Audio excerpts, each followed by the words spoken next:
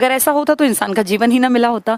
लेकिन उस प्रॉब्लम के टाइम पे हमारा बच्चा, माँ के मन में ये आना चाहिए कि हमारा बच्चा उस चीज़ों को फेस करने की काबिलियत, योग्यता, क्षमता अपने अंदर पैदा कर ले। क्योंकि समाज में तरह तरह से बदलाव होते जा रहे हैं और आज अगर बात करें तो बहुत बड़ा कल्चरल चेंज हमारे सामने है। पूरी दुनिया में चौथी औद्योगिक क्रांति, एक बहुत बड़ा चेंज दिख रहा है। और ये जो क्रांति आ रही है ना, ये एआई का ज़माना, जो ये एक होता है कि एक टाइम था जब सोशल डेवलपमेंट अलग तरीके से था और आज अगर हम देखें तो सोशल एलिनेशन का टाइम है। तो इस टाइम ईश्वर से जब कुछ मांगते हैं तो उसमें ये भी एक शामिल कर सकते हैं कि आने वाली पीढ़ी जो है वो थोड़ी सामाजिक बने, वो समाज में अपना एक सर्कल मेंटेन करे, ना कि सिर्फ मोबाइल तक सीमित रह जाए। चीज़ों में लोगों में बैठना, उठना, समझना, ये बेहद ज़रूरी है। तो आज सीन थोड़ा सा बदल गया है। एक टाइम था जब माएँ सिर्फ और सिर्फ अपने बच्चे की कामयाबी की, अच्छे स्वास्थ्य की भगवान से, ईश्वर से दुआ करती थी। लेकिन अब सच में टाइम है कि माएँ भी जो दुआ करें तो उसमें इस चीज़ को शामिल करें कि पूरा समाज जो है ना, इसको दोबारा से सामाजिक जो एक होता है दृष्टि की तरफ मोड़ना बहुत ज़रूरी है। तो उसके लिए क्या कर सकते हैं? वैसे तो बड़ा टफ है आज के इस टाइम में बच्चों को सामाजिक जो होता है किस तरीके से बना जाए उसका पाठ पढ़ाना। क्योंकि अमूमन आप पार्क में भी जाते हैं तो आप देखते हैं लगभग लोग अपना स्क्रॉल कर रहे होते हैं स्क्रीन को। आप कहीं भी जाएंगे, लोग जो है अपने कान में लीड लगा के और सब चीज़ों से बिल्कुल अलग, एक कट ऑफ दुनिया में, कभी कोई म्यूज़िक सुन रहा है, कभी कोई कुछ भी सुन रहा है। तो ये एक ज़रूरत बन गई है आज के टाइम में। चलिए, तो हम लोग एक इम्पॉर्टेंट टॉपिक पढ़ रहे थे, सीईटी। हरियाणा में सबसे बड़ा मुद्दा, इनफैक्ट राजस्थान में तो सीईटी के एग्जाम भी चल रहे थे। तो सीईटी कॉमन एलिजिबिलिटी टेस्ट, और इसी सीरीज़ में आज मैं तीसरी क्लास लेने जा रही हूँ। इस क्लास में हम बातचीत करेंगे जो 2 दिन हमने पढ़ा उसी को आगे बढ़ाएंगे। हमने इन सब के बारे में पढ़ा था, गौतम बुद्ध, सिकंदर महान, Alexander the Great, General Dyer, Napoleon, Isa Masih, Thakur, Rabindranath Thakur, Jawaharlal Nehru, ये सब हमने पढ़ लिया था। तो इसी पढ़ाई को थोड़ा सा कंटिन्यू करते हैं और आज हम लोग बातचीत करते हैं महाराणा प्रताप। कल हमने लास्ट यहाँ रोका था। पंडित नेहरू भारत के पहले प्रधानमंत्री, 17 बार तिरंगा फहराने का रिकॉर्ड है इनके पास। तो पंडित नेहरू का उस रिकॉर्ड को आज तक कोई ब्रेक नहीं कर पाया। मोदी जी पंडित नेहरू की बराबरी कर गए हैं तीसरी लोकसभा जीतकर। लेकिन तीसरी लोकसभा में मोदी जी जिस दिन कार्यकाल पूरा करेंगे तो इनको 15 साल पूरे होंगे। अगर हम बात करें पंडित नेहरू की पीएम की कुर्सी पर, तो ये 17 साल तक मतलब 17 बार इन्होंने तिरंगा फहराया था। तो बराबरी वैसे तो हो गई कि 3 लोकसभा उनकी, पहली, दूसरी, तीसरी, 1952 की, 1957 की, 1962 की, और 3 लोकसभाएं मोदी जी की। कौन कौन सी? अभी 18वीं चल रही है, इससे पहले 17वीं थी, इससे पहले 16वीं। तो मोदी जी ने 16, 17, 18वीं की शुरुआत हो गई है और नेहरू ने पहली, दूसरी, तीसरी। वो तीसरी को पूरा नहीं कर पाए थे। 1962 में इलेक्शन हुए थे, 64 में उनकी डेथ हो गई थी। पंडित नेहरू ने भारत की हिस्ट्री को जानने के लिए, समझने के लिए किताब लिखी थी। कई किताबें फेमस हैं और भारत की आज़ादी की यात्रा में अपने जीवन के कीमती 9 साल जेल में काटे थे। ये बड़ी बात है। बहुत तगड़े घर से थे। मैंने आनंद भवन बताया था आपको, इलाहाबाद में या प्रयागराज में। आज स्वराज भवन है वहाँ, वो एक तरह से पुराना घर इनका, और नया घर इलाहाबाद में आनंद भवन। मैं इलाहाबाद इसलिए बोल रही हूँ क्योंकि ज़्यादातर किताबों में मिलेगा, वैसे इसका नाम अब प्रयागराज है। तो पंडित नेहरू ने किताबें लिखी, जिनमें से फेमस किताब का अगर मैं जिक्र करूँ तो 2-3 का नाम इंपॉर्टेंट है। पहली किताब है इनकी the discovery of India, Bharat एक खोज। नाटक बना था बहुत पहले, 80s की स्टार्टिंग में। दूरदर्शन जब इकलौता चैनल हुआ करता था, हमें ध्यान है, हम बहुत छोटे छोटे से स्कूल में थे तब नाटक आया करता था, और डीडी नेशनल सिर्फ एक चैनल था। तो उसमें हमें बहुत कुछ तो नहीं, लेकिन कुछ कुछ इंडियन हिस्ट्री वहाँ से समझ में आने लग गई थी। वो पूरे का पूरा आपके इतिहास की कहानी है, और वो वैदिक काल, आर्य, फिर उसके बाद किस तरीके से महाजनपद काल, फिर किस तरीके से ये राजा मौर्य, गुप्त, और किस तरीके से फिर गुप्तोत्तर काल, फिर पूरा सल्तनत काल, ये सब चीज़ें थी। तो पंडित नेहरू की इंपॉर्टेंट किताबों का जब भी जिक्र करेंगे तो पहली किताब the discovery of India, Indian history की पूरी गाथा, एक कहानी पूरी एक किताब के अंदर। इसके बाद एक किताब पंडित नेहरू की इंपॉर्टेंट है, जो 9 साल इन्होंने अपनी बेटी को, इनकी बेटी जब थी 11 साल की, तो बेटा बच्चे का ना दिमाग डेवलपमेंट के स्टेज पे पहुंचता है, 10 साल तक होता है बच्चा, 11 से लेकर 16 तक उसका दिमाग बहुत सारी चीज़ों को समझ रहा होता है, और उसके लिए हर चीज़ नई होती है, सब कुछ नया एक्सप्लोर कर रहा होता है। चाहे उसके अंदर फिजिकल चेंजेस आ रहे हों, या वो समाज के संबंधों को समझने लगे, या वो रिश्तों की समझ को एक डेवलप करे। तो 11 से 16 साल का टाइम पीरियड बड़ा बड़ा इंपॉर्टेंट है किसी बच्चे की समझ डेवलप करने में। 10 साल तक का बच्चा तो बच्चा है, फिर 16 के बाद बच्चा फिर बड़ा हो जाता है, उसकी अपनी एक समझ डेवलप हो जाती है, उसको बदलना बड़ा मुश्किल हो जाता है। तो 11 से 16 में पेरेंट्स की भी जिम्मेदारी है, सोसाइटी की भी जिम्मेदारी है, टीचर्स की भी जिम्मेदारी है। लेकिन जब इंदिरा गांधी 11 साल की थी, 1917 में जन्मी थी, 1928-29 मान लीजिए, उस टाइम पे देश आज़ादी के बिल्कुल आग में कूद गया था, और उसमें बड़े लीडर्स में पंडित नेहरू और गांधी, इन दोनों का नाम आता था। तो अपनी बेटी को, 11 साल की बेटी हो गई, इकलौती एक ही बेटी थी, एक बेटा हुआ था लेकिन वो जल्दी एक्सपायर हो गया था। तो पंडित नेहरू फील करते थे कि भाई मैं तो अब जेल में बंद हूँ, अब क्या पता 1 साल ना निकलूँ, 1.5 साल ना निकलूँ, कभी 3 साल के लिए भी गए, 2 साल के लिए भी गए। तो सोचते थे कि बेटी को कैसे समझाया जाए। अपनी बेटी को वहाँ से जेल से पत्र लिखते थे, और वही पत्र आगे जाके एक किताब के रूप में हमारे सामने आए। नाम दिया गया the bunch of old letters. किताब एक, जैसे कोई किताब खरीदे तो कैसे पढ़े, कि एक पिता ने अपनी बेटी की समझ को कैसे प्रभावित किया, उससे दूर रहकर जेल में बैठकर, और किस तरीके से उसे हिस्टोरिक चीज़ें बताई, किस तरीके से उसे साइंटिफिक चीज़ें बताई। जैसे एक, जब वो बहुत छोटी थी तो उन्होंने एक लेटर से उसको समझाया था, 11-12 साल में ही समझाया होगा, कि ब्रह्मांड कैसे काम करता है, ये प्लैनेट सिस्टम कैसे काम करता है। तो सोचो, एक पिता, कोई साधन नहीं, तब यूट्यूब थोड़ी ना था, खोला और समझ लिया कि सोलर सिस्टम कैसे काम करता है। तो वो कैसे समझे, तो फादर ने उसको चिट्ठी में लिख के सारी बातें बताई। तो वो आज एक किताब है, नाम है द बंच ऑफ, बंच होता है बेटा गुच्छा इंग्लिश में, जैसे द बंच ऑफ कीज यानी चाबियों का गुच्छा, द बंच ऑफ ग्रेप्स यानी अंगूर का गुच्छा, तो ऐसे the bunch of old letters, ये पंडित नेहरू के अपनी बेटी के नाम जो खत लिखे थे उनकी एक किताब है। तो 2 किताबें बता दी मैंने, the discovery of India, the bunch of old letters. एक इनकी किताब है वर्ल्ड हिस्ट्री को लेकर, glimpses of world history. Glimpse होता है ना एक, मतलब उसका थोड़ा सा झलक, तो वर्ल्ड हिस्ट्री की झलक, ग्लिम्पसेस ऑफ वर्ल्ड हिस्ट्री, वो भी इनकी है। एंड ऑटोबायोग्राफी, ये भी इन्हीं की किताब है।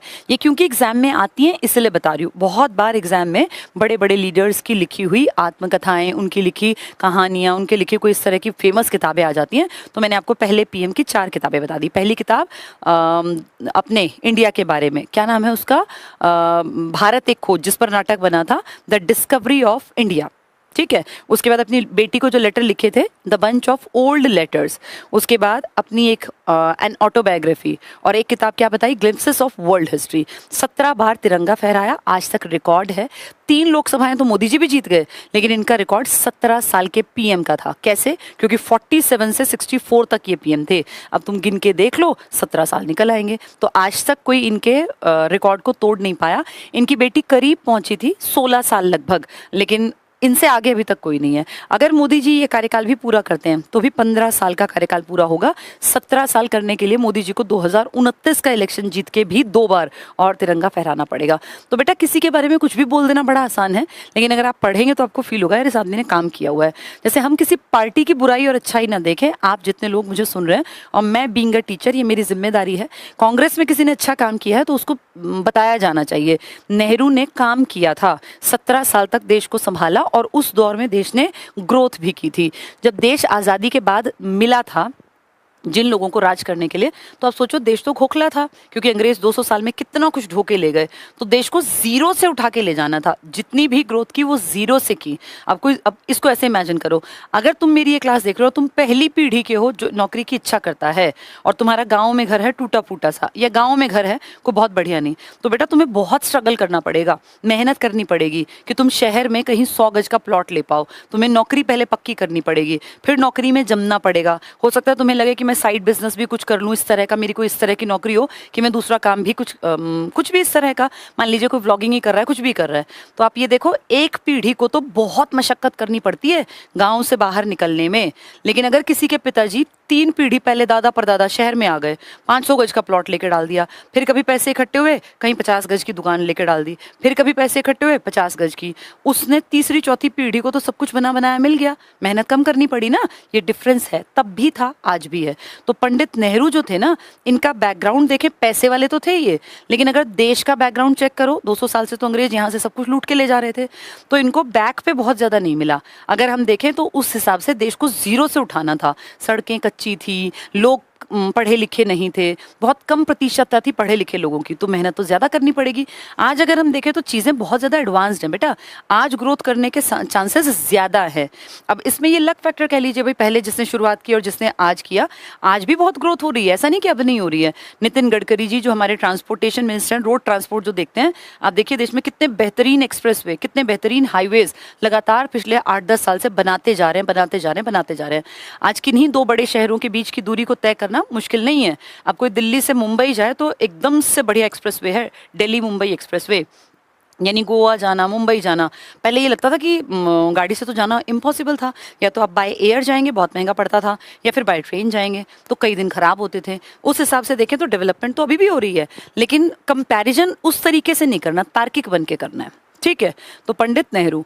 अगला है हल्दी घाटी। आप सबको पता होगा राजस्थान के कुछ इलाके जो थे वो बहुत ज्यादा अपने को लेकर सेल्फ रिस्पेक्ट बहुत ज्यादा थी उनके अंदर, और उनका कहना था कि ठीक है, मध्यकाल में एक जमाना था लंबे समय तक जब मुगलों का दबदबा रहा, मुगलों ने राज किया और मुगलों के सामने किसी की चलती नहीं थी, क्योंकि मुगल बहुत ज्यादा पावरफुल थे। कैसे पावरफुल थे? एक बड़ी फौज के मालिक थे बेटा, जिसका डंका उसी का बजता है जिसके पास ताकत हो। वो कहते हैं ना, तूती उसी की बजती है जिसके हाथ में ताकत हो, पावर हो। और पावर का सीधा संबंध था आपकी सेना कितनी पावरफुल है, क्योंकि आपकी सेना पावरफुल है तो आपका डंका बजेगा। अब सोचो, अकबर जिसके की दादा बाबर थे, बाबर जिसका कि आज तक भी हिस्ट्री की किताब में सिर्फ 4 ही साल, तो 1526 से 30 में तो मर ही गया, लेकिन 4 साल में भारत की बड़ी टेरिटरी पर कब्जा जमा लिया। बाहर से आया एक आदमी जिसका यहाँ कोई बेस नहीं, कोई बैकग्राउंड नहीं, और यहाँ हमारी पानीपत की पहली लड़ाई को जीत के और फिर आसपास की पूरी बेल्ट पे अपना हक जमा लिया। उस आदमी का पोता, तो कितना कुछ तो देखा जाए तो दादा से विरासत में मिल गया ना। ठीक है, इसके पिताजी को 15 साल बाहर काटने पड़े, लेकिन फिर भी ये माने कि अकबर का बैकग्राउंड काफी स्ट्रांग था, क्योंकि बाबर के खानदान से जुड़ा होना अपने आप में ही बड़ी बात थी, एक वर्चस्व था। उस हिसाब से बाबर के ये अकबर के सामने टिकना मुश्किल था। और हमारे देश में चित्तौड़गढ़ नाम की आपने जगह सुनी होगी, मेवाड़ सुना होगा, ये जो बेल्ट थी, यहाँ महाराणा प्रताप थे। महाराणा प्रताप कौन? राणा सांगा के वंशज। वहाँ राणा सांगा, वहाँ बाबर, वो उस टाइम के थे, और फिर उन दोनों के पोते हैं ये महाराणा प्रताप और अकबर। तो कभी दादा दादा भी लड़े थे आपस में, अब पोते पोते भी लड़े। ये लड़ाई कहलाती है हल्दी घाटी की लड़ाई, 1576 में जून के महीने में हुई थी। और इस लड़ाई में वैसे तो महाराणा प्रताप हार गए थे, भील जनजाति ने उनका बड़ा साथ दिया था, वो जंगल में निकल गए थे, अगर ना जाते तो मार दिए जाते। समझदार आदमी कौन होता है कि अगर मुझे दिख रहा है मेरी ताकत कम है तो कोई बात नहीं, मैं दोबारा से आऊंगा, मतलब ऐसा जबरदस्ती की नहीं मैं, मेरे पास ताकत कम है तब भी लड़ लूं मर जाऊं, तो बेवकूफ़ी है बेटा। जैसे समझ के काम करना जरूरी है, और महाराणा प्रताप ने ये बात दिखाई करके। तो हल्दी घाटी की लड़ाई 1576 में, महाराणा प्रताप जो है इनसे संबंधित हैं, और महाराणा प्रताप से लड़ने अकबर खुद नहीं आया। अकबर ने राजस्थान की बेल्ट के ही एक राजा, उनके जो हेड भी थे, ये अपना आमेर के राजा थे ना, मानसिंह, इनको भेज दिया था। ठीक है, चलिए नेक्स्ट क्या है? बारदौली। वार लिखा है, बारदौली है। सरदार पटेल, गुजरात की बेल्ट का एरिया है बारदौली। 1928 में अंग्रेज सरकार ने इस बेल्ट पर अचानक से टैक्सेशन सिस्टम थोप दिया, बड़ा। पहले भी था टैक्स लेकिन कम था, 30% बोले टैक्स लेंगे, यानी अगर 100 बोरी तुमने अनाज की निकाली है खेत में से तो 30 बोरी हम लेंगे। कुछ नहीं किया, कुछ नहीं धरा, न कभी रातों में जागे, न कभी काटने में फसल में साथ दिया, न बोने में, न संभालने में, कुछ नहीं, लेकिन 30 बोरी हम लेंगे। 30%, तो 30 बोरी हो गया एक तरह से, अगर 100 से एग्जाम्पल ले। अब इस बात का विरोध किया बहुत सारे लोगों ने। तो विरोध करने से बेटा, दबी जबान में विरोध तो नॉर्मल आदमी करता है, लेकिन उसको अगर ताकतवर विरोध बनाना है, उसको एक विद्रोह के रूप में दिखाना है, तो फिर एक लीडर की जरूरत पड़ती है। गलत बात का विरोध करना जरूरी है, लेकिन उस गलत बात के विरोध में अगर आपके पास ताकतवर लीडर नहीं है ना आगे लीड करने वाला, तो आपकी गलत बात के खिलाफ भी आप कुछ नहीं कर पाएंगे। इसका एग्जाम्पल बारदौली सत्याग्रह है। बारदौली सत्याग्रह में हुआ क्या? किसानों के ऊपर 30% टैक्स थोप दिया गया। किसानों ने विरोध किया, लेकिन विरोध उनका इम्पॉर्टेंट नहीं था, तो उन सब ने फिर पटेल और गांधी को अप्रोच किया। गांधी ने कहा देखो, ये मैं कांग्रेस के लेवल पे तो इसको करूंगा नहीं, ना ही मैं इसमें डायरेक्टली इन्वॉल्व होऊंगा, लेकिन पटेल को मैं निर्देश दे सकता हूँ, सरदार पटेल आपका बहुत बढ़िया काम करेंगे। तो फिर सबने कहा कि ठीक है, फिर सरदार पटेल को आप हमारे यहाँ भेज दीजिए। तब तक तो वो सरदार थे भी नहीं, इसी के बाद बनेंगे सरदार। तो वल्लभ भाई को अपने यहाँ भेज दीजिए। वल्लभ भाई वहाँ गए, सारी प्लानिंग्स की, सारी बातें सुनी, मुद्दे की बात पे तर्क शक्ति की, भैया हाँ ऐसा है तो ऐसा गलत है। और फिर अपने जैसे कुछ लोगों के साथ मीटिंग करके और फाइनली डिसाइड किया कि हम टैक्स नहीं भरेंगे।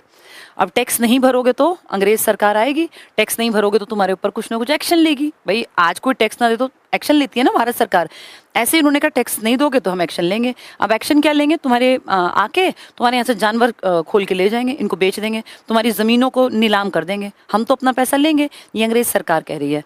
तो पटेल, सरदार पटेल ने सोचा कि भाई ये तो सच में गड़बड़ हो जाएगी, और सरकार के खिलाफ इतने हम हैं नहीं अकेले बारदौली में कि हम सरकार के खिलाफ जो है वो क्रिएट कर दें कि नहीं हम तो नहीं मानेंगे।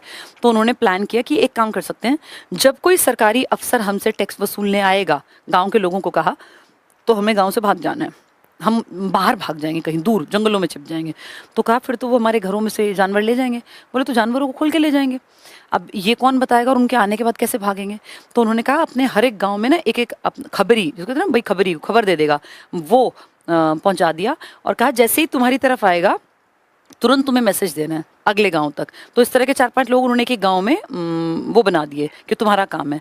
तो जैसे ही किसी गांव में वो आते इकट्ठे करने, तो तुरंत दूसरे गांव तक खबर पहुंच जाती कि उस गांव में ऐसे ऐसे आ गए, अगला गांव पूरा खाली, फिर उससे अगला, फिर उससे अगला। तो अब ये सोचो कितनी परेशानी होगी, अंग्रेज आ रहे हैं, उनको कोई मिलता ही नहीं। अब गाँव में कोई हो तो ये पूछे भाई फलां किसान ने टैक्स नहीं भरा, उसका घर कौन सा है, तो गाँव में कोई है ही नहीं बताने वाला। अब किसके घर को ताले को तोड़े, किसके घर से क्या उठाएं, बड़ी परेशानी। तो उन्होंने कहा एक काम करते हैं, इनकी ज़मीनों को बेचते हैं। तो बोली लगा दी कि भाई इस गांव की इतनी बोली है, अगर कोई अमीर आदमी हो तो इसको खरीद ले। अब अमीर आदमी गुजरात साइड के थे बेटा, वो तो हमेशा से बिजनेस क्लास था। तो सरदार पटेल ने आसपास के पूरे इलाके में ये बात फैला दी कि खबरदार जो किसी ने, किसी इंडियन ने इन गाँवों की ज़मीन खरीदी, फिर हमसे बुरा कोई नहीं होगा और ये अंग्रेज तो भाग जाएंगे, तुम्हें यहीं रहना है। तो सारे अमीरों के मन में आ गया कि भैया गलती से भी यहाँ की ज़मीन मत खरीदना। अब अंग्रेज आए और सोचे चलो संपत्ति कुर्क कर दें, इससे पैसा कमा लेंगे, तो कोई मिले ही ना, कोई उसको खरीदने वाला ना मिले।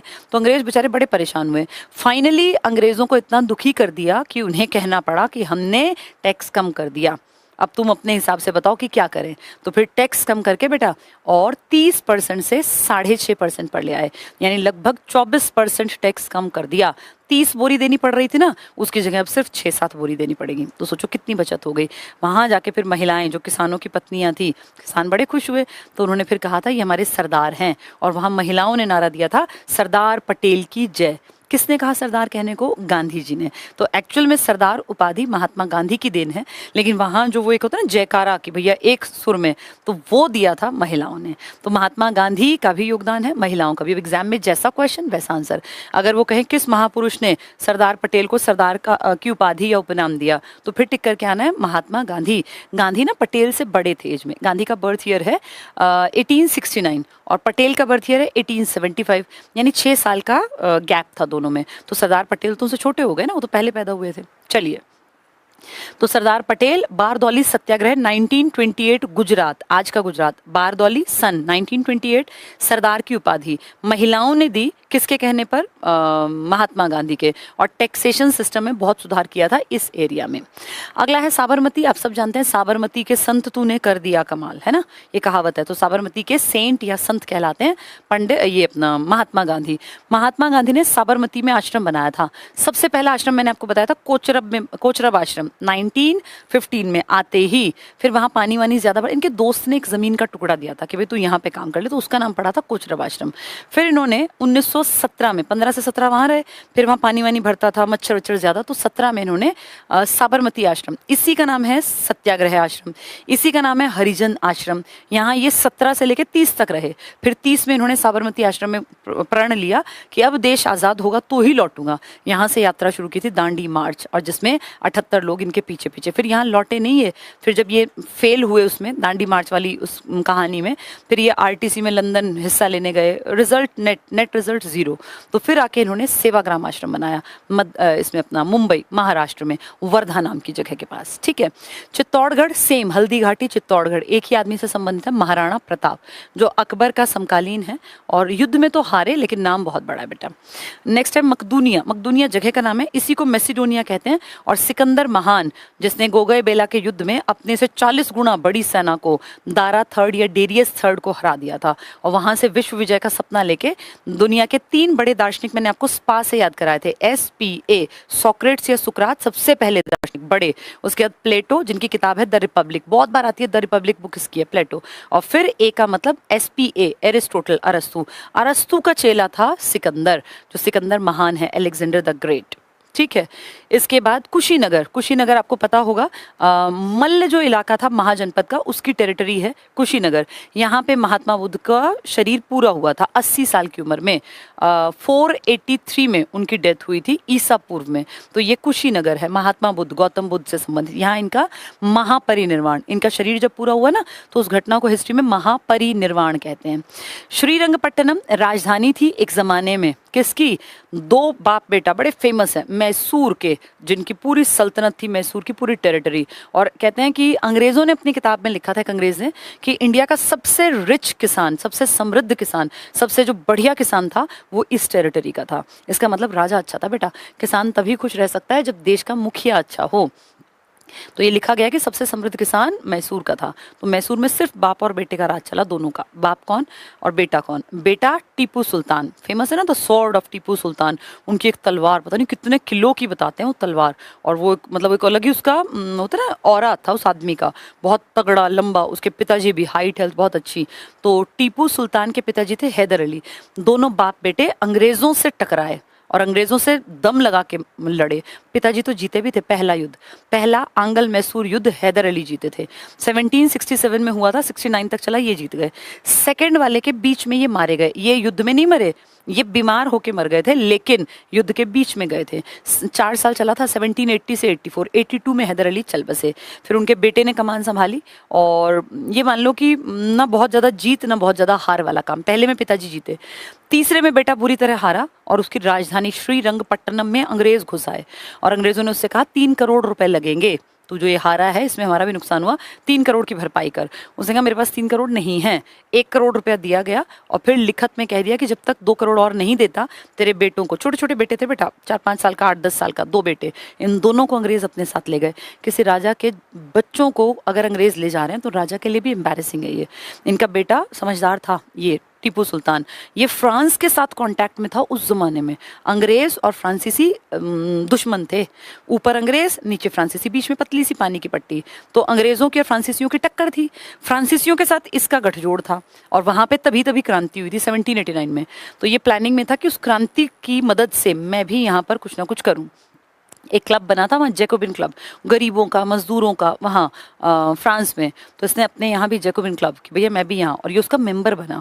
फिर वहाँ से एक वो ना आज़ादी का ऐसा स्वतंत्रता का पेड़ लगाते थे, तो इसने भी अपनी राजधानी श्रीरंगपट्टनम में स्वतंत्रता का पेड़ लगाया। इंडिपेंडेंस का मतलब एक तरह से हम आज़ाद होंगे उसकी एक सिंबल ट्री के रूप में। लेकिन फिर चौथे में अंग्रेजों ने प्लान किया कि इसको ख़त्म कर दो, नहीं तो ये नुकसान करेगा। इसकी कोई चिट्ठी पकड़ी गई थी मस्कट शहर में, अंग्रेजों ने चिट्ठी पढ़ी तो उनके होश उड़ गए कि भैया ये तो इंडिया का एक छोटा सा राजा और हमारे खिलाफ, हमारे दुश्मनों के साथ हाथ मिला रहा है। किसके साथ?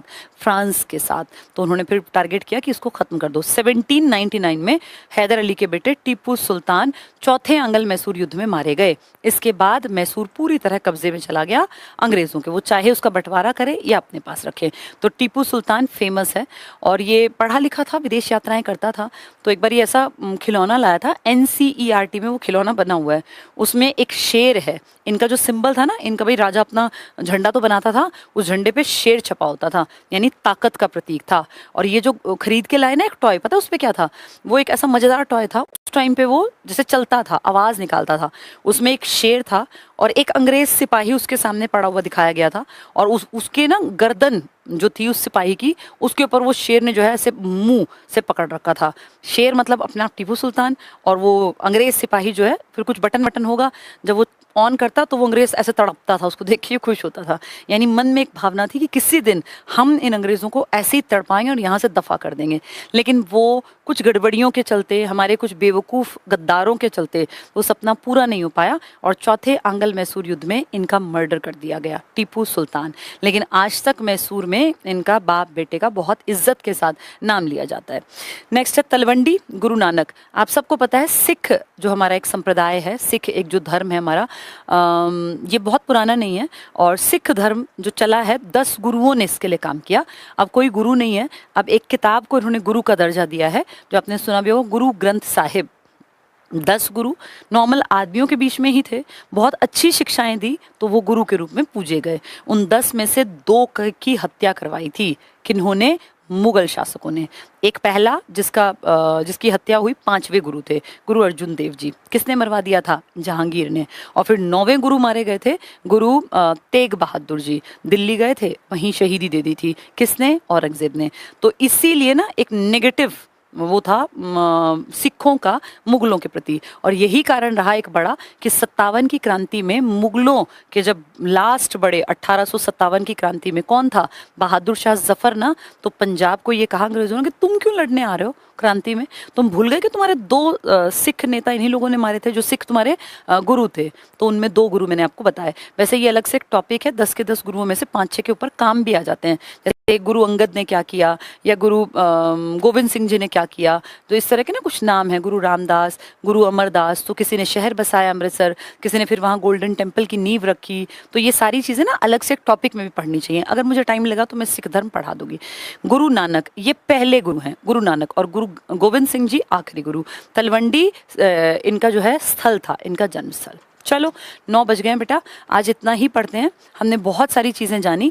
कहने को तो हमने बस यही स्लाइड पढ़ी है, देखो ये तो कल की थी, लेकिन इस स्लाइड में मैंने आपको बहुत सारी बातें बता दी। ये सब आपकी हेल्प करेंगे एसएससी जीडी में, सीईटी में, DSSB में, रेलवे में, जहाँ जो एग्ज़ाम होगा ना वहाँ कुछ भी इस तरह, क्योंकि बड़ी हस्ती है ना ये, तो इसी को तो बोलते हैं जीके, जनरल नॉलेज है। आपको पता हो तलवंडी किससे संबंधित है? सिखों के पहले गुरु से।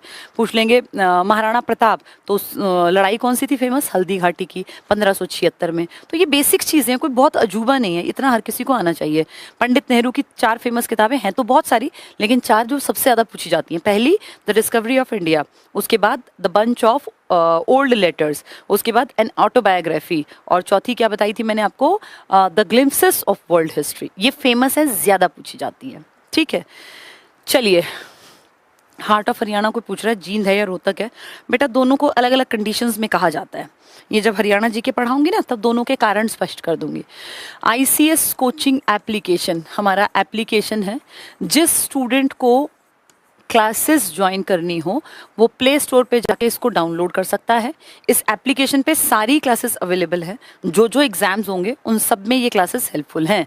अभी फ़िलहाल में ICS कोचिंग ऐप पर कुछ स्पेशल बैचेस चल रहे हैं, स्पेशल कोर्सेज चल रहे हैं, जिसमें फ़िलहाल में CET जो अभी चला है, ये एक मेरा हिस्ट्री का बैच चल रहा है, एंशियंट हिस्ट्री का, और एक SSC GD का, ये अभी फ़िलहाल में चल रहे हैं। और लाइव क्लासेस तो हमेशा चलती रहती हैं। डेली हमारे यहाँ पर ICS कोचिंग सेंटर में 9 बजे से 4 बजे तक CET का स्पेशल बैच ऑफलाइन चल रहा है। इस बैच में ये CET को फोकस करके सब कुछ पढ़ाया जा रहा है, और जितनी ज़रूरत है, अब क्योंकि क्लासेस ज़्यादा लेनी पड़ेंगी, एग्ज़ाम आएगा ना इसके दिसंबर के एंड में, समय कम है, सिलेबस ज़्यादा, तो इसलिए टाइम इसका थोड़ा सा ज़्यादा रखा है। इसके बाद तक भी जो बच्चे सच में नीडी है ना बेटा, मैं कल लेट नाइट आ रही थी तो बहुत सारे बच्चे तो जब दिन ढलने वाला था बिल्कुल, तब उस टाइम तक पढ़ के जा रहे थे। ये ज़रूरत होती है घर की जो आपको पढ़ने के लिए मजबूर करती है। जिनको बहुत ऐश मिलती है ना, अमूमन वो नहीं पढ़ते। जिन्होंने मुफलिसी देखी है, गरीबी देखी है, जिन्होंने देखा है कि उसकी माँ के पास त्योहार पे पहनने के लिए कुछ नहीं है, नया कपड़ा नहीं है, जो ये देखते हैं कि बहन की शादी होने की एज है लेकिन पिताजी के पास पैसे ही नहीं है, कर्जा कोई देता नहीं, जिनके घर में गरीबी है ना, फीस भरने के पैसे नहीं है, बहुत बहुत बहुत तरह से लोग परेशान होते हैं। फिर उनको दिखता है कि यार 2 ही तरीके हैं, या तो ऐसे बच्चे बहुत बिगड़ते हैं, क्राइम की तरफ निकलते हैं, या फिर ऐसे ही बच्चे सोचते हैं कि मुझे ये परिस्थिति बदलनी है, मेरे फादर को आज कोई इंपॉर्टेंस नहीं देता, लेकिन मैं पढ़ लिख के मेरे फादर के रिस्पेक्ट समाज सोसाइटी में बनाऊंगा। मेरी माँ के पास आज कुछ नहीं है, लेकिन मैं मेहनत करके अपनी माँ की स्थिति सुधारूंगा। मेरी बहन के रिश्ते की जो दिक्कत है ना, मैं पढ़ लिख के इतना काबिल बन जाऊं कि अगर मैं कहीं पे SI हूँ, मेरी कोई पोजीशन है समाज में, तो मेरी बहन का अच्छा रिश्ता क्यों नहीं हो जाएगा। और बहुत दुनिया है बेटा, बहुत अच्छे अच्छे लड़के हैं जो सच में बिना दहेज के भी शादी कर लेते हैं। बस दिक्कत यह है कि उनको ढूंढने वाले लोग कम हैं, और अच्छी लड़कियां भी हैं समाज में। ऐसा नहीं कि गड़बड़ियां ही हैं, अगर गड़बड़ियां ही होती तो समाज चलता कैसे। समाज में अच्छाई भी है, हाँ गंदगी ज्यादा दिख जाती है चारों तरफ, अच्छाई को लोग प्रमोट नहीं करते। जैसे दहेज लेने वालों को इतना ज्यादा दिखाएंगे कि भाई ऐसा हुआ ऐसा हुआ, लोग खुद भी तो प्रमोट करते हैं। अदरवाइज बहुत घरों के अच्छे लड़के हैं, माँ बाप भी बहुत सारे हैं जो कहते हैं कि हमें दहेज नहीं चाहिए, पर वही बात है कि वैसे लोगों को उतना लोग आगे बढ़ा के दिखाते नहीं है। अदरवाइज अच्छाई को फैलाए ना, तो धरती अगर चल रही है, सिस्टम अगर चल रहा है, तो ये मान के चलो कि अभी उतना बुरा हाल नहीं है, अच्छे लोग अभी भी धरती पर है। ठीक है, तो ये 9 से 4 का CET स्पेशल बैच है, ये ऑफलाइन चला हुआ है हमारे सभी कोचिंग सेंटर्स पर। लगभग हर शहर में हमारे कोचिंग सेंटर हैं। आप जहां से भी क्लास देख रहे हैं, पूरे हरियाणा में, यूपी के कुछ शहरों में, राजस्थान में, बिहार में, जो हिंदी भाषी बेल्ट है ना, यहाँ हमारे सेंटर्स चलते हैं। तो उसमें जिसकी भी ज़रूरत और जिसे लगता हो कि भाई मेरे पास समय है, सबसे इंपॉर्टेंट होता है समय। सबका बेटा समय हमेशा एक जैसा नहीं रहता। अगर आप अभी क्लास देख पा रहे हैं, आपके पास आपके माँ बाप हैं और माँ बाप कहते हैं बेटा 2-4 साल मेहनत कर ले, जिंदगी बना ले, तो बेटा आप दुनिया के सबसे ज्यादा ब्लेस्ड बच्चों में से हैं। न जाने कितने लड़के लड़कियां हैं जिनके माँ बाप का साया जब वो 10-12 साल के थे, उससे भी छोटा तब उठ गया, उन्होंने कभी बाप नहीं देखा। जिसने बाप नहीं देखा उसने घर की छत नहीं देखी, क्योंकि बाप छत होता है कि उसके नीचे सब सुरक्षित है, सेफ है। तो अगर आपके फादर ठीक ठाक है, आपकी मदर ठीक ठाक है, और वो कह रहे हैं पढ़ लो, तो बेटा इस टाइम की कीमत को समझो। ये समय सबको नहीं मिला, बड़े ब्लेस्ड होते हैं वो लोग जिनके माँ बाप कहें कि बेटा पढ़ लो और हम करेंगे सारा खर्चा, और हम अभी बैठे हैं। तो वो इस चीज़ को लेकिन समझते नहीं। समझ वो सकता है जिसने माँ बाप खो दिए हो, या जिसने बहुत बचपन से ही गरीबी देखी हो, पिताजी को बहुत शराब पीते देखा हो और गलत कामों में लिप्त देखा हो। वो बच्चा जानता है कि अच्छा बाप जो है घर के लिए क्या क्या ताकत देता है। तो ये सब चीज़ें ना अपने घर में अगर तुम्हें मिल रही हैं तो ब्लेस्ड हो। ये बैच बेस्ट बैच है अभी फिलहाल में, जो ऑफलाइन में चल रहा है, जिसमें सारा सिलेबस होगा और इसकी लाइव क्लासेस आपको मिल सकती हैं अगर आप सेंटर पर नहीं आ सकते तो। दिवाली पर बहुत बड़ा एक ग्रैंड धमाका ऑफर आ रहा है। ये ऑफर 3 दिन चलेगा, 28, 29 और 30 अक्टूबर 2024 को। ये 3 दिन तक ग्रैंड दिवाली ऑफर है। इसमें 1500 रुपये की फ़ीस में ये हमारी फ़ी रहेगी पूरे 1 साल की क्लासेस। ये क्लासेस लाइव भी होंगी प्लस रिकॉर्डेड भी होंगी। जिसका कोई टॉपिक छूट गया वो रिकॉर्डेड में मिल जाएगा, और जो लाइव पढ़ना चाहता है सुबह से, उसको लाइव मिल जाएंगी। ये सुबह से 9 से 4 का जो बैच है ना, ये इस पर मिलेगा बेटा। ठीक है, इसके अलावा ये तो है ही है, पूरे साल की फीस 1500, इसमें सारे साल जो पढ़ाई होगी वो मिलेगी। इसके अलावा इसमें बहुत सारी चीज़ें एक्स्ट्रा हैं जो मुफ्त हैं। जैसे मुफ्त की चीज़ों में अगर बात करें तो सबसे पहले इसमें मेरे बैचेस फ्री हैं। मैं क्या पढ़ा रही हूँ, हिस्ट्री के 2 बैचेस, एक एंशियंट हिस्ट्री अभी चल रही है और एक हमारी चल रही है मॉडर्न हिस्ट्री, ये हो गई है। ये दोनों इस वाले के साथ मिलेंगे अब 3 दिन के लिए, बाद में फिर ये बंद हो जाते हैं। जैसे आज देखोगे तो आज नहीं मिल रहा, अब ये मिलेगा 28, 29, 30 को। तो मेरे सभी बैचेस इसमें मिलेंगे, प्लस इसमें CET का जो स्पेशल बैच है जो रिवीजन के लिए बहुत बढ़िया है, उसमें क्रैश कोर्स चल रहा है। और क्रैश कोर्स में और नॉर्मल पढ़ने में ना बेटा अंतर होता है। नॉर्मल पढ़ाई जो है वो थोड़े लंबे समय तक चलती है, उसमें सिलेबस बहुत जल्दी नहीं भाग सकते क्योंकि बहुत सारे बच्चे फर्स्ट टाइम सुन रहे होते हैं। जो क्रैश कोर्स होता है वो उनके लिए बेस्ट है जिन्होंने पढ़ाई कर रखी है और किसी कारण से 1 number, 2 number, 5 number, 7 number, 10 number कम रह गए थे, क्योंकि उन्होंने बहुत अच्छी पढ़ाई कर रखी थी पर कुछ कमी थी। उस कमी के लिए रिवीजन करना पड़ता है, उसके लिए होता है क्रैश कोर्स। तो CET का क्रैश कोर्स भी चला हुआ है और CET के क्रैश कोर्स की फी रखी गई है 500।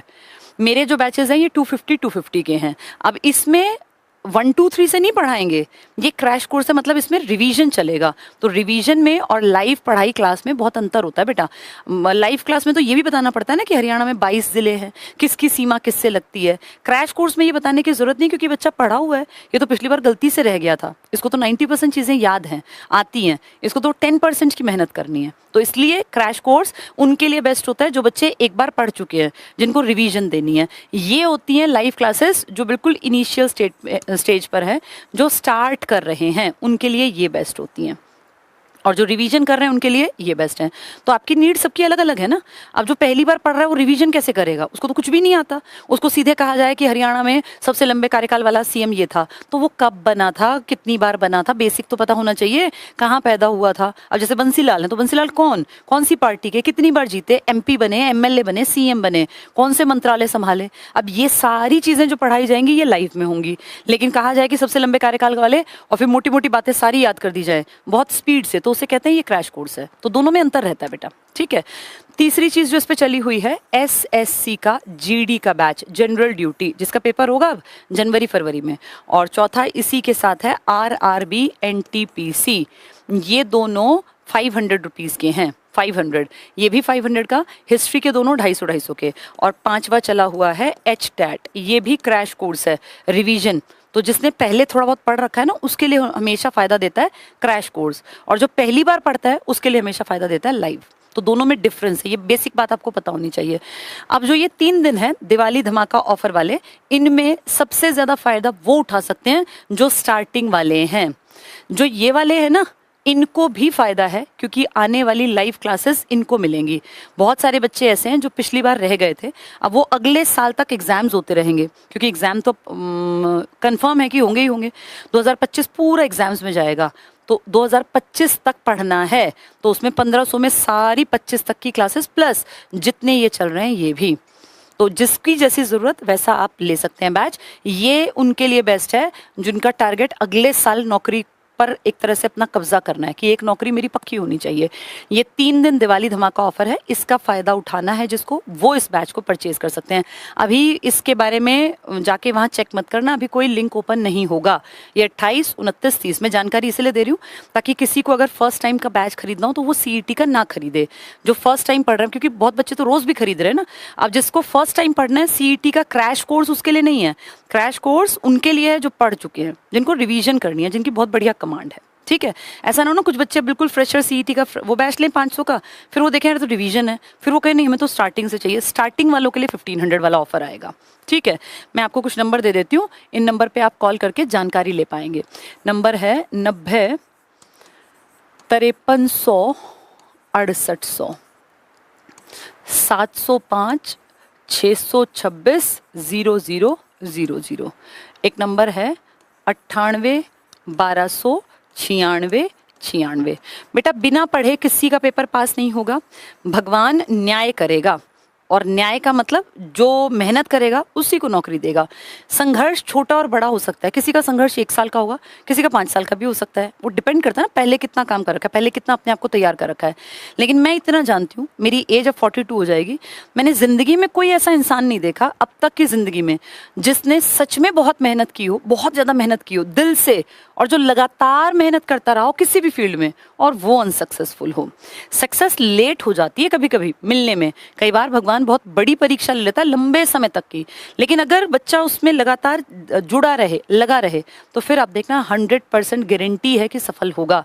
वो चाहे तैराकी हो, वो चाहे कोई कुश्ती का खेल हो, चाहे वो कुछ भी हो, पढ़ाई हो, हर चीज लगातार मेहनत की डिमांड करती है। ये ऐसे ही गोल्ड मेडल नहीं आ जाते हैं। नीरज चोपड़ा 2016 में, 20 में, अब हमारे सामने 24 में, लगातार ही तो मेहनत कर रहे होंगे ना। ये जो 22 साल की एक लड़की है मनु भाकर, तो मनु भाकर ये थोड़ी ना कि एकदम से चमक गई। मनु भाकर बचपन से मेहनत कर रही है, जब ये 15 साल की थी ना तब इसका नाम आने लग गया था। बेटा देखो, शूटिंग रेंज में अकेली तो जाती नहीं होगी, और भी तो लोग होंगे ना, सबने फीस दी होगी बराबर, सब टाइम पे पहुंचते होंगे, लेकिन कुछ तो अलग होता है ना इन लोगों में जो चमकते हैं। यही आप लोगों के नौकरी करने वालों के साथ है जो तैयारी करते हैं।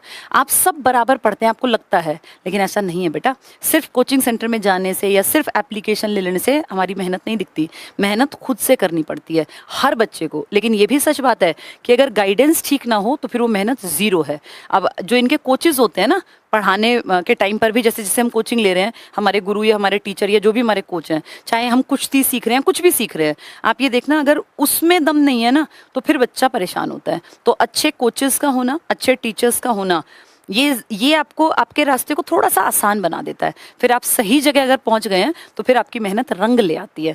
मैंने फिर कहा संघर्ष कम और ज़्यादा हो सकता है, लेकिन मेहनत का फल 100% मिलेगा। जो पिछली बार रह गए ना बेटा, उन लोगों को अब दिल छोटा नहीं करना। आप सोचो कोई नहीं, हम में कोई कमी थी, जिन लोगों का नंबर आया वो हमसे बेहतर थे। पहली चीज़ होती है फेलियर को एक्सेप्ट करना। बहुत लोग तो एक्सेप्ट ही नहीं करते, वो कहते हैं नहीं भैया ऐसा नहीं है, गलत हुआ है। कुछ गलत नहीं हुआ, जो लोग काबिल थे उनको मिल गई। अगर आपको नहीं मिली तो आप में कुछ ना कुछ कमी थी, उस कमी को एक्सेप्ट करो और फिर उस दोबारा से तैयारी करो। तो क्रैश कोर्स उनके लिए फायदा देगा जो पहले पढ़े हुए हैं, और लाइव क्लासेस उनके लिए जो नए पढ़ेंगे। ठीक है, ये नंबर्स हैं, कॉल करके आप जानकारी ले सकते हैं। ये 3 दिन आपके काम आएगा, 28, 29, 30 अक्टूबर 2024। 1500 में, महज 1500 में पूरे साल की, यानी अगले साल 25 के एंड तक की, लगभग अक्टूबर एंड ही आ जाएगा 30 को लोगे तो अगले साल अक्टूबर तक जितने एग्जाम्स होंगे उनकी आपकी लाइव क्लासेस चलती रहेंगी, प्लस रिकॉर्डेड भी, जो चाहो वो देख सकते हो। अभी जो बैचेस चल रहे हैं इसमें अलग अलग अलग देखो तो ये 2-3 हज़ार रुपए के बैच हैं, ये इसके साथ मुफ्त मिलेंगे। अदरवाइज हमारी इस अकेले की फी होती है 3,000 रुपए। अगर तुम आज जाओगे एप्लीकेशन पे और आज परचेज करोगे तो सिर्फ ये वाली क्लासेस 3,000 की हैं, उसमें कुछ भी मुफ्त नहीं है। इन सब की अलग पेमेंट, बहुत बच्चे कर रहे हैं, उन्हें पता होगा, इन सब की अलग पेमेंट है। लेकिन इन 3 दिनों में ये सब कुछ फ्री है, प्लस इसकी फीस आधी है, 1500। ठीक है, तो इतना बड़ा ऑफर है, जिसको लगता हो कि मुझे इससे फ़ायदा उठाना है वो इसको ले सकता है। बाकी बेटा डेली आधा घंटा मैं क्लास ज़रूर लूँगी, और जो बच्चे बिल्कुल ही गरीब हैं कि क्या करें, खाने के भी मानते हैं, वो यूट्यूब से भी पढ़ सकते हैं। यूट्यूब पे इतना मटीरियल है, इतना मटीरियल है, पर एक प्रॉब्लम भी है कि इतना ज़्यादा मटीरियल है कि बच्चा चकरा जाएगा, दिमाग बहुत ज़्यादा ओवर हो गया, हर चीज़ ओवर है। एक टॉपिक भरोगे तो 1000 क्लासेस निकल के आती हैं। अब कौन सा टीचर बढ़िया है, कौन सा ख़राब है, ये आपको जज करना आना चाहिए। फिर यूट्यूब पे भी बहुत कुछ पड़ा हुआ है, पर वो ना फैला हुआ है। उस फैले हुए को बैच क्या करता है, उसको बंधे हुए एक लाइन में, कि भाई जैसे होता है ना, भैया मुझे कुछ सीखना है, मुझे एक दौड़ में प्रैक्टिस करनी है, तो देखा वो ट्रैक बना होता है। ट्रैक में क्या होता है, बच्चे क्यों ऐसे जैसे कहीं भी कहीं दौड़ लगा लें, पर उस जब ट्रैक पे दौड़ते हैं ना तो एक वो फीलिंग आती है कि मुझे ये करना है। ऐसा ही यहाँ होता है। तो इस डिफरेंस के कारण फिर कोचिंग हेल्प कर देती है। ठीक है, चलिए, ऑफलाइन CET का कोर्स 9 to 4 वाला ऑनलाइन, हाँ बेटा 9 to 4 वाला तो आपको मुफ्त में मिल ही रहा है। 9 to 4 इसी में तो मिल जाएगा लाइव में।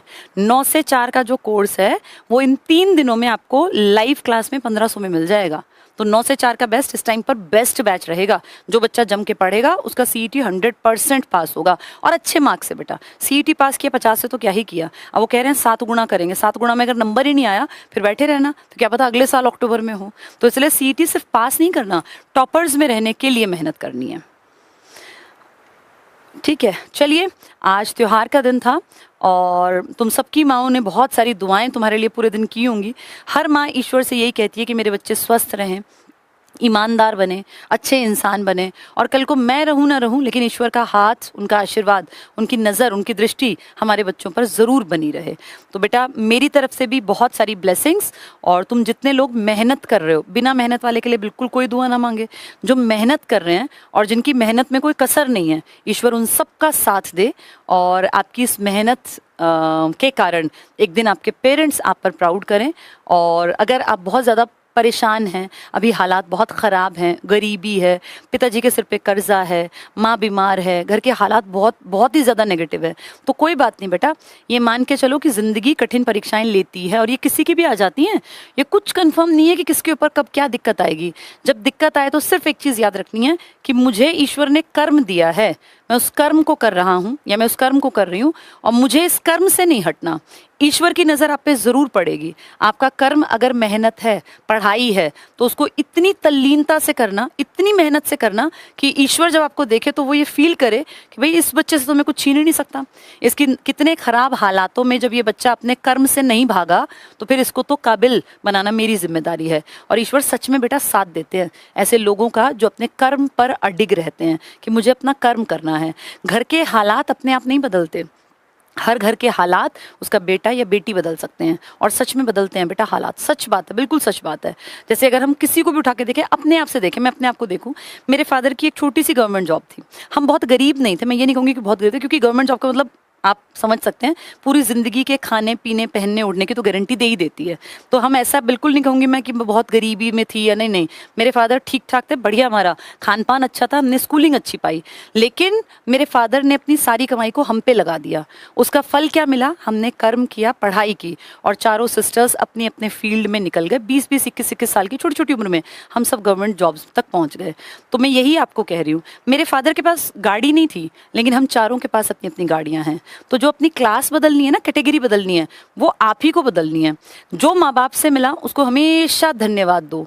जितना किया, जितना भी किया, वो सोचो उस टाइम का बेस्ट करके दिया। तुम आज इस पीढ़ी के जो नौजवान मुझे सुन रहे हैं, बेटा तुम्हारे माँ बाप ने चाहे तुम्हें कुछ भी ना दिया हो, लेकिन तुम सोचो तुम्हारे पास हाथ में फ़ोन तो है, पेट तो भरा हुआ है, तुम जहाँ इस टाइम लेट के बैठ के मेरी क्लास देख रहे हो, सुन रहे हो, फुटपाथ पे तो बिल्कुल नहीं हो।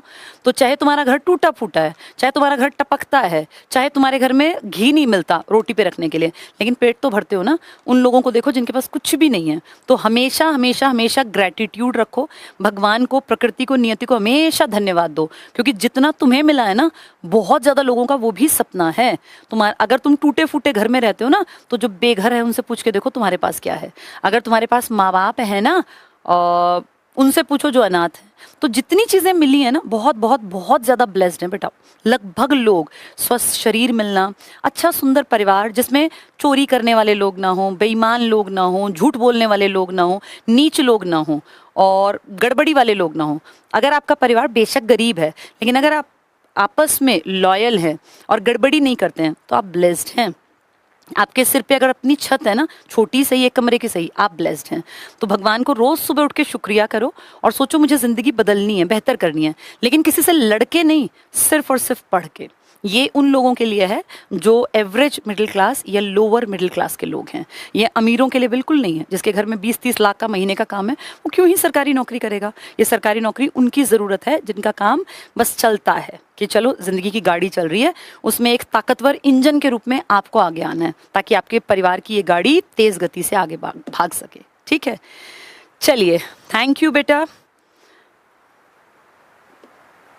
चलो, हाँ, कोई लिख रहा है वाईफाई भी दिया पापा ने। बेटा लकी हो, वाईफाई भी दिया है तुम्हारे पिताजी ने। बहुत करते हैं बेटा पेरेंट्स, बहुत ज़्यादा करते हैं। और गरीब भी होंगे ना, तो भी बहुत प्यार तो करते ही हैं। हो सकता है डांट दिखती हो, ये दिखता हो हमें नहीं समझते हैं, हमेशा हमारे काम से मना कर देते हैं, लेकिन बेटा ये 40 पार में समझ में आता है कि माँ बाप कभी भी बुरा नहीं चाहते। माँ बाप हमेशा जितनी उनकी समझ है ना, उससे वो हमारा बेस्ट करते हैं। अब हाँ ठीक है, हर इंसान की समझ का दायरा उतना विकसित तो नहीं हो सकता ना, और ये भी बात सच है कि बुजुर्ग होने पर भी हर आदमी समझदार नहीं बनता। तो जितना उन्होंने किया है वो बेस्ट है, लेकिन अब उस बेस्ट से और आगे आपको ले जानी है अपने परिवार की गाड़ी। चलो, थैंक यू बेटा। आज एंशिएंट हिस्ट्री की क्लास नहीं लेती बेटा, आज मेरा भी फास्ट था, आज सभी माओं का फास्ट था। आज मैंने क्लासेस भी ली थी, फिर ये भी क्लास हो गई, तो आज वो नहीं, आज कल लूँगी वो क्लास। ठीक है, चलो, थैंक यू, गुड नाइट। पढ़ते रहो, मस्त रहो, खुश रहो। और आज के लिए बहुत सारी दुआएं उन सभी बच्चों के लिए जो मेहनत कर रहे हैं। ईश्वर ऐसा करे कि आपकी मेहनत का फल 2025 में आपके सामने आए, और अगले साल इन्हीं दिनों जब फेस्टिव सीजन आए तो आप बहुत खुश हो, आपका अपने बैंक अकाउंट में एक अच्छा अमाउंट हो, और आप प्राउड के साथ अपने माँ बाप को जैसा आप चाहते हैं, सोचते हैं, वैसा कुछ गिफ्ट कर पाए। Thank you, good night.